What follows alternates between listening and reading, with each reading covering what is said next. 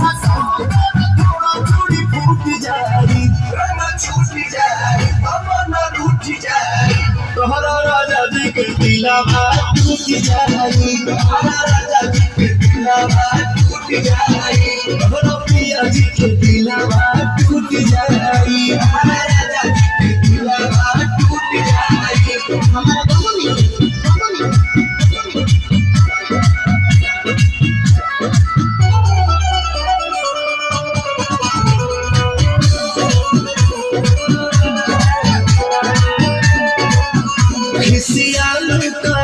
रिसियालू कहे गरमालू तो फेंक देलू आलू कहे चालू तो बोला ना चालू कहे हमसे भाई बटे भाग धोखा यही आलू के मिस दिल चोखा